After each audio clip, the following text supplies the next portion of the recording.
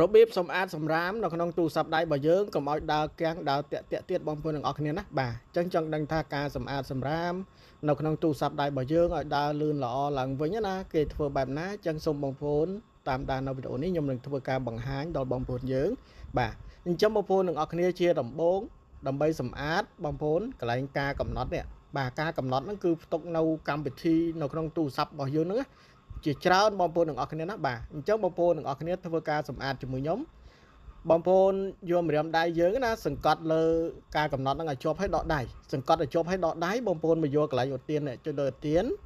បាទបន្តមកទៀតបងប្អូនទាំងអស់គ្នាយើងអូសទៅលើទៅបាទអូសទៅលើបងប្អូនមករកពាក្យថាឃ្លាំងផ្ទុកបងប្អូនណាបាទអញ្ចឹងចុចលើនឹងមកបន្តមកទៀតបងប្អូនទាំងអស់គ្នាគឺយើងយកពាក្យថាជំរះឃ្លាំងសម្ងាត់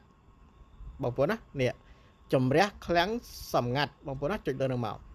បាទបន្ទាប់ពីយើងបានជំរះហើយបងប្អូនធ្វើ2ដងទៅធ្វើដូចមិញអញ្ចឹងបាទធ្វើម្ដង2ដងទៅណាដើម្បីឲ្យអស់បាទចាំបងប្អូនធ្វើម្ដង2ដងទៅណាបាទតមកបងប្អូនចុចព្រួយចេញវិញមក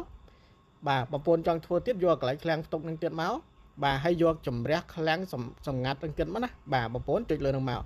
បាទបន្តមកទៀតបងប្អូនទាំងអស់គ្នាគឺយើងចុចព្រួយបាទចុចព្រួយទៀត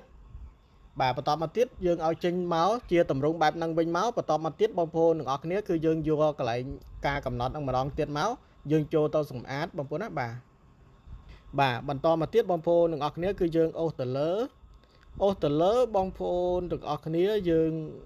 មករកពាក្យមួយដែលគេដាក់ថាការថែទាំឧបករណ៍បងប្អូនណាបាទការថែទាំឧបករណ៍នេះបងប្អូនទាំងអស់គ្នានេះហើយនៅក្រោមក៏មានឃ្លាំងផ្ទុក memory ការពារកម្មវិធីអញ្ចឹងបងប្អូនចុចកន្លែងការថែទាំហ្នឹងមកបាទ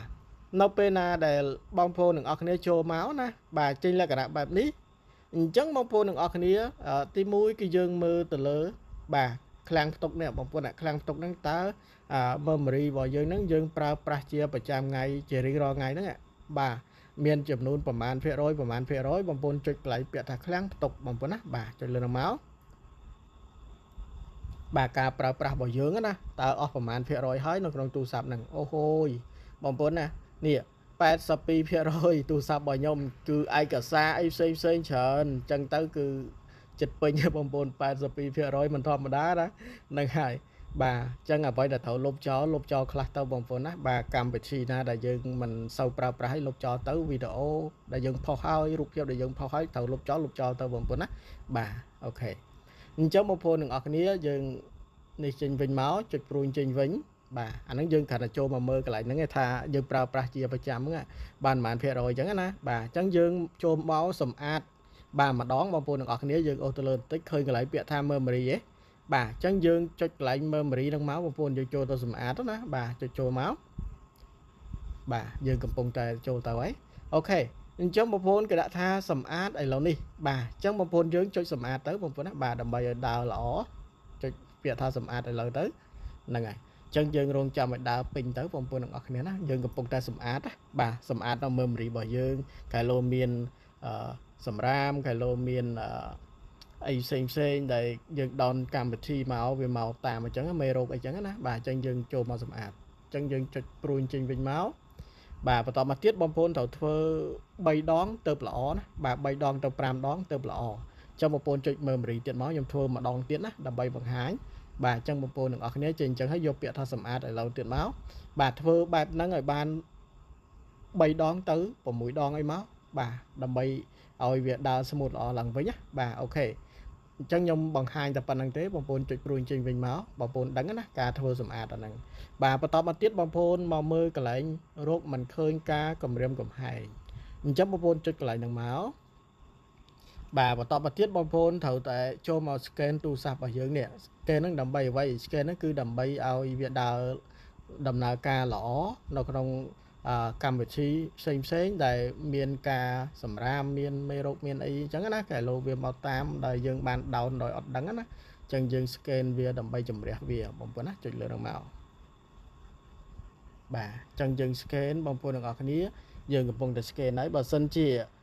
មានសម្រាមច្រើនគឺវាយូររងចាំរៀងយូរបន្តិចប្រហែលនាទីនេះបងប្អូនណាគេចេញមកយើងរងចាំយូរដោយសារតែមានសម្រាមច្រើន បាទចឹងហើយបានជាយើងរងចាំយូរបើសិនជា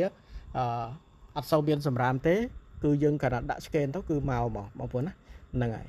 ចឹងបងប្អូនរងចាំតតែអស់ណាបងប្អូនណាបាទរងចាំតតែអស់បាទចិត្តពេញបងប្អូនទាំងអស់គ្នាណាយើងរងចាំឲ្យអស់ពេញ 100% ណាទៅយើងអាចនេះបានបងប្អូនណាបាទយើងអាចដំណើរការល្អហ្នឹងហើយអូខេចឹងបងប្អូនទាំងអស់គ្នាគឺយើងបាន scan ហើយរកមិនឃើញអ្វីទេបងប្អូនទាំងអស់គ្នាណាបាទហ្នឹងហើយចឹងបងប្អូនទាំងអស់គ្នាធ្វើម្ដងទៀតក៏បានដែរបងប្អូនណាដើម្បីឲ្យវាដំណើរការណាបាទចឹងយើងបេកថៃក្រោយចេញវិញបាទចឹងបងប្អូនយើងជាយាមមើលទៅខ្ញុំបង្ហាញជាភាសាខ្មែរទេបងប្អូនអាចនឹងមើលឃើញហើយកម្មវិធីផ្សេងដែលបងប្អូនអត់ប្រើប្រាស់ត្រូវលុបចោលគឺលុបចោលទៅបងប្អូនណាបាទហ្នឹងហើយបាទទុកច្រើនគឺ